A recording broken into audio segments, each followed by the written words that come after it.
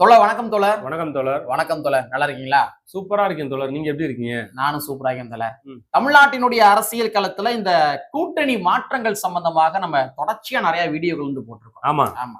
So எந்த கட்சியோட கூட்டணி போவாங்க, ஒரு சில தரவுகள் நமக்கு கிடைத்த தரவுகள் அடிப்படையில் நம்ம நிறைய வீடியோக்கள் போட்டிருக்கோம். அதன் அடிப்படையில் நிறைய விடயங்கள் வந்து உண்மையா நடந்துகிட்டு ஆமா. காங்கிரஸ் கட்சி வந்து இந்த மாதிரி இவங்ககிட்ட பேச்சுவார்த்தை நடத்தினாங்க அப்படின்றவங்க பேசணும். ஆனா இப்ப இருக்க தருவாயை பாக்குறப்ப காங்கிரஸ் கட்சி திமுக கூட இருப்பாங்களா அப்படின்ற மாதிரி டவுட்டா தான் போய்க்கு இருக்குது. அது எல்லாமே வந்து பார்த்தோம்னா காலத்தின் கட்டாயம் மாற்றம் நிகழும் அப்படி என்ற நம்பிக்கையில பல நகரும் நடந்து கொண்டு. ஆமா, மாற்றம் உண்டுதானே, மாறாதது. ஆமா.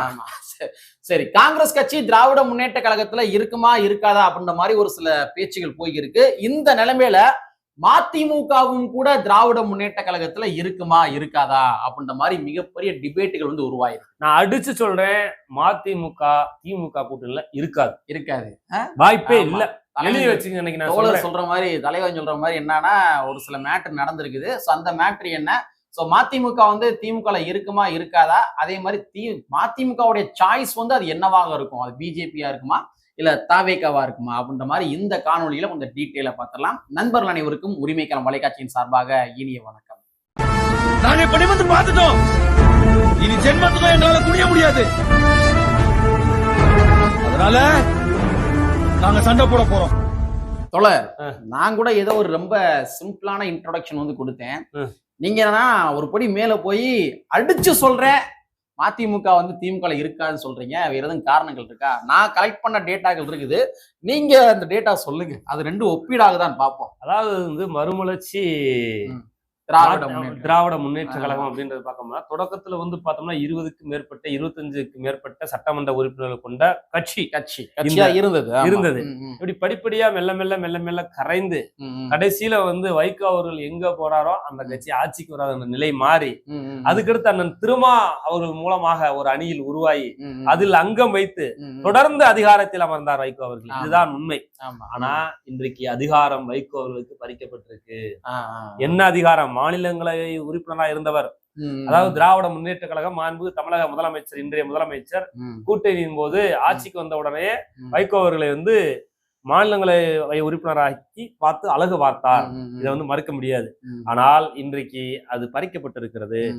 அந்த பறிக்கப்பட்டனுடைய விளைவா வந்து ராம்தாஸ் அத்வாலே ஒண்ணு சொல்லி இருக்கிறார், நீங்கள் வாருங்கள். இதைத்தான் நீங்க முதல் சொல்லி இருந்திருக்கலாம். அதாவது திராவிட முன்னேற்ற கழகம் அதிகாரம் தர மறுத்துட்டாங்க. ஆமா, அதிகாரம் தர மறுத்த வாய்ப்பை பத்மஸ்ரீ கமலஹாசனுக்கு வழங்கிட்டாங்க. இதனால வந்து இந்த அதிகாரம் இல்லை அப்படிங்கிற வெறும் ஊடக வெளிச்சத்துக்காக கமலஹாசன் வழங்கிட்டாங்க.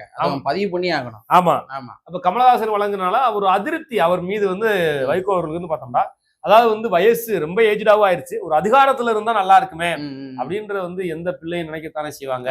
இன்னைக்கு துறை வைகோ யாரு வந்து பதிவு தரேன்னு சொன்னது? ராம்தாஸ் அத்வாலே. யாருன்னு சொல்லிருங்க. ராம்தாஸ் அத்வாலே குடியரசுக் கட்சியினுடைய தலைவர். இன்றைக்கு அவர் வந்து பிஜேபி அணியில அவர் மினிஸ்டராகவும் இருக்கிறாரு, தொடர்ந்து மினிஸ்டராவே இருக்கிறாரு. பிஜேபி கூட்டணியில வச்சுக்கிறோமே, இன்றைக்கு மினிஸ்டர் தான். அவர் என்ன சொல்றாரு, இந்த மாநிலங்களவை உறுப்பினருக்கு மாநிலங்களவையில் வந்து வைகோ அவர்கள் தேவை, அவர் எப்ப வந்தாலும் அந்த பதவி தருவதற்கு நாங்கள் தயாரா இருக்கோம் அப்படின்றது சொல்லியிருக்காரு. அப்படின்றது வந்து ஒரு மிகப்பெரிய வந்து ஒரு வலையை உரிச்சிருக்காங்க. அந்த வலைக்குள்ள நம்ம மதிமுகவுடைய வைகோ அவர்கள் சிக்குவாரா இல்ல தப்பிப்பாரா அப்படின்றத பொறுத்துன்னு பார்ப்போம். சோ நீங்க சொன்ன தரவுகள் வந்து 100க்கு 100 உண்மை. சோ ராம்தாஸ் அத்வாலே அவர்கள் என்ன பண்ணிருக்காரு, அழைப்பு வந்து கொடுத்திருக்கிறாரு.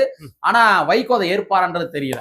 ஆனா இன்னொரு விடயம் என்ன தெரியுமா, இந்த அழைப்பை வந்து உறுதிப்படுத்தும் விதமாக நேற்றைய தினத்தில் நம்ம மாண்புமிகு பிரதமர் மோடி அவர்கள் நம்ம தமிழ்நாட்டுக்கு வருகை புரிஞ்சார். தமிழ்நாட்டுக்கு வருகை புரிஞ்சார் இல்லையா? சோ அவர் விமான நிலையத்துல அவர் இறங்கிய உடனே அவரை போய் வரவேற்ற நபர்கள்ல துரை வைகோ அவர்களும் ஒருவர்.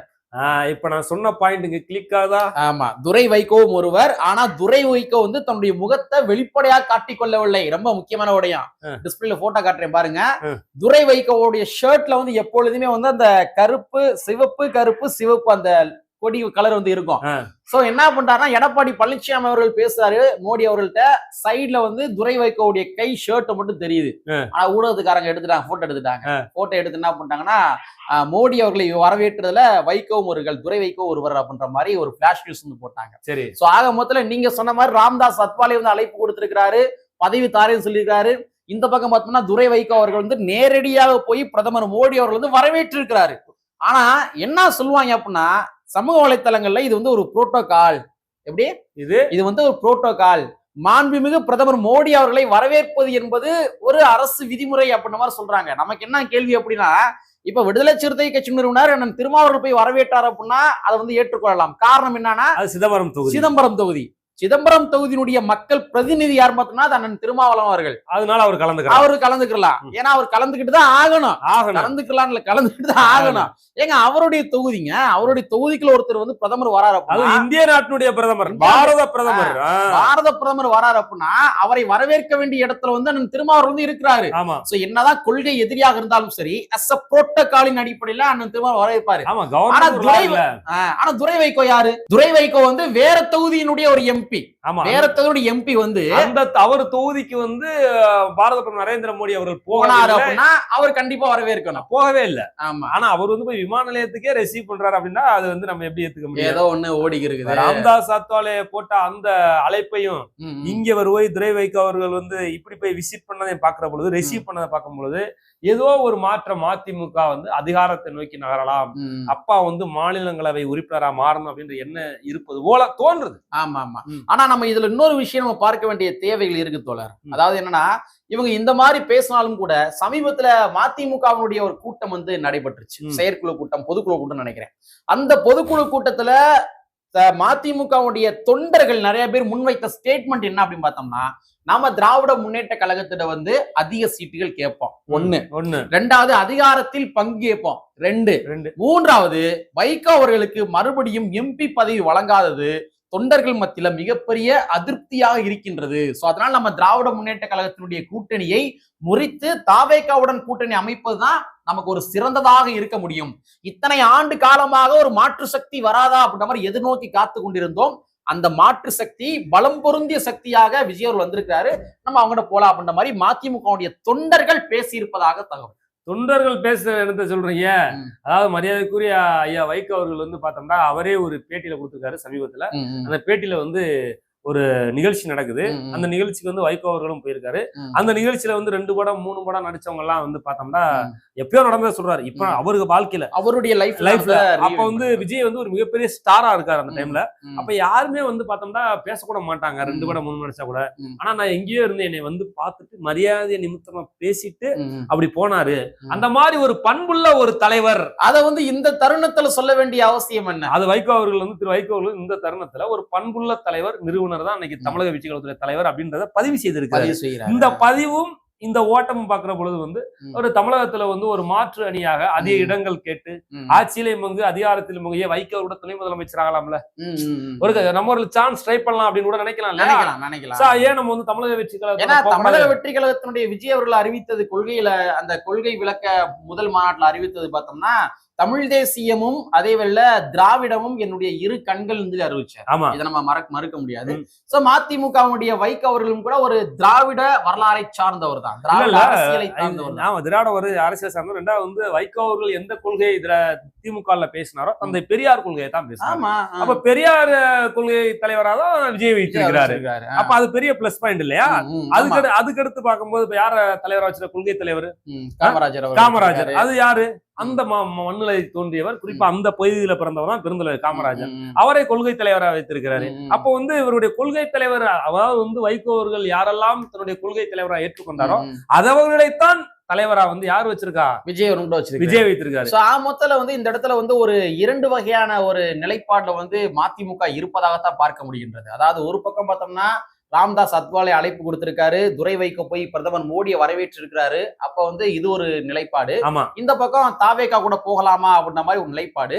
ஆக மொத்தத்துல என்னுடைய பார்வையின் அடிப்படையில இவங்க பாஜக கூட போவதற்கான வாய்ப்புகள் இல்லை அப்படின்றத நான் நினைக்கிறேன். மிகப்பெரிய கொள்கை முரணாக வந்து இருக்கும். ஆனா தமிழக வெற்றி கழகத்தை இவங்க தேர்ந்தெடுப்பதற்கான வாய்ப்புகள் தான் ரொம்ப பிரகாசமாக இருப்பதாகவும் அதே மாதிரி அது உறுதிய நிலைப்பாடாகவும் இருக்குன்ற மாதிரி தான் பேசிக்கிறாங்க. கூடுதல் இடமும் கேட்கிறாங்க. ரெண்டாவது வந்து ஆட்சியிலே மங்கு அதிகாரத்தில் மங்குன்றத விஜய் அவர்கள் வந்து பார்த்தோம்னா டிரான்ஸ்பரன்சியா ஓபன் டிக்ளரா பண்ணியிருக்காரு. சோ அதனால வந்து திரு வைகோ அவர்கள் வந்து அமைச்சரவையில கூட அமைச்சராகுவதற்கு வாய்ப்பு இருக்கு. சோ அந்த அமைச்சரை நம்ம ஏன் வந்து ஒரு தமிழ்நாட்டோட அமைச்சராக கூடாது, அந்த மாதிரி எண்ணத்தில் என்ன ஓட்டத்தில் கூட எல்லா கட்சிகளுமே வந்து கட்சி நடத்துறதுக்கான காரணமே தன்னுடைய மக்களுக்கு ஏதாச்சும் செய்ய முடியும் அப்படின்றதால குறைந்தபட்ச மினிமம் அதிகாரம் வேணும்ல. அந்த அதிகாரத்தை பெறுவதற்காக வைகோக்கு ஒரு வாய்ப்பு இருக்கு, அதை பயன்படுத்திக் கொள்ளலாம் தொண்டர்கள் சொல்லி இருக்கிறார்கள். இதை வைகோ அவர் நடைமுறைப்படுத்த போகிறாரா, இல்லை ராம்தாஸ் அத்வாலே அழைப்பை ஏற்று ஒரு மாநிலங்களவை உறுப்பினராக இருக்க போறான்னு சொல்ல முடியாது. ஆனா அவர் திமுக இருக்க மாட்டார். ஆமா, 2026 சட்டமன்ற தேர்தலில் மறுமலர்ச்சி திராவிட கழகம் திமுகவுல இருப்பதற்கு எந்த முகாந்திரமும் இல்லை, வாய்ப்பும் இல்லை. அதான் அடிச்சு சொல்லிட்டீங்க. ஆமா, ஸ்டார்டிங்லயே வாய்ப்பே இல்லை. ஆமா, ஏன்னா இப்ப நீங்க சொன்ன மாதிரி அதிகாரம் என்பது ரொம்ப ஒரு முக்கியமான விடயம். அதிகாரம் ரொம்ப முக்கியமான விடயம். ஆனா கமலஹாசன் அவர்களுக்கு இப்போ வந்து கமலஹாசன் அவர்கள் கொடுக்குறாங்க அப்படின்றப்பே மிகப்பெரிய ஒரு கான்ட்ரவர்ஷியல் வந்து ஓடிச்சு. சோ இதெல்லாமே மதிமுகலையும் மிகப்பெரிய ஒரு பேசுபொருளா மாறிச்சு. சொன்னால அவர் அந்த நிலைப்பாடை எடுப்பதற்கான வாய்ப்புகள் தான் ரொம்ப அதிகமா தான் இருக்கும் அப்படின்ற மாதிரி தான் பார்க்க முடியுன்றது. அந்த மாற்றத்தை நோக்கிதான் வந்து ஒருத்தனுக்கு அதிகாரம் இல்லை அப்படின்னும் போது அவன் என்னென்னலாம் செய்யலாம். ஆனா இன்னைக்கு வைக்க வந்து பார்த்தோம்னா முதல்ல குதிச்சு எழுந்துருவாரு. ஆனா அவர் யாரையுமே விமர்சனம் பண்ணல. ஆனா அந்த மாநிலங்களவை உறுப்பினராக இருந்து பதவி விட்டு வெளியே வரும்போது நான் அந்த பதவிக்கு இந்த இதுக்கு அவைக்கு வர்றது காரணம் வந்து அன்னைக்கு முரசொலி மாறன் அப்படின்ற விஷயத்த பதிவு பண்ணியிருக்காரு. இந்த கடைசி நாள்ல பதிவு பண்ணிட்டு வெளியே வர்றாரு. அந்த அவருக்கு வந்து மன வருத்தத்தோட தான் வெளியே வர்றாரு. நமக்கான வாய்ப்பு திராவிட முன்னேற்ற கழகம் தரவில்லை, மாண்புமிகு தமிழக முதலமைச்சர் தலைவர் ஸ்டாலின் தரவில்லை என்று அவருக்குள்ள 1000 வருத்தங்கள், 1000 கேள்விகள், 1000 முரண்கள் அவருக்குள்ள இருந்தாலும் அதை வெளிக்காட்டாமல் அப்படியே அமைதியாக வந்து அமர்ந்திருக்கார் என்றால் ஒரு மிகப்பெரிய முடிவை வைகோ அவர்கள் எடுக்க போகிறார் போகின்றார். ரெண்டாவது வந்து பார்த்தோம்னா நம்ம வைகோவோடையும் நிப்பாட்டிட முடியாது தோழர். ஏன்னா வந்து இப்ப ஆல்ரெடி காங்கிரஸ் வந்து பேச ஆரம்பிச்சிட்டாங்க. நம்ம இன்னைக்கு வந்து இறுதி ஸ்டேஜ்ல வந்து இருக்கிறாங்க. அது நம்ம பீகாருடைய எலெக்ஷனுக்கு அப்புறம் நம்ம ராகுல் காந்தி அவர்கள் என்ன சொல்றாரோ அதை வைத்துதான் தமிழகத்துல காங்கிரஸ் கட்சி திராவிட முன்னேற்ற கழகத்தோட கூட்டணியில இருக்குமா இருக்காதா அப்படின்ற மாதிரி முடிவு செய்ய முடியும். ஏன்னா கீழ்மட்டத்துல எல்லாரும் பேசி முடிச்சிட்டாங்க. தமிழக வெற்றி கழகத்தோட போகலாம் அப்படின்னா பேசி முடிச்சிட்டாங்க.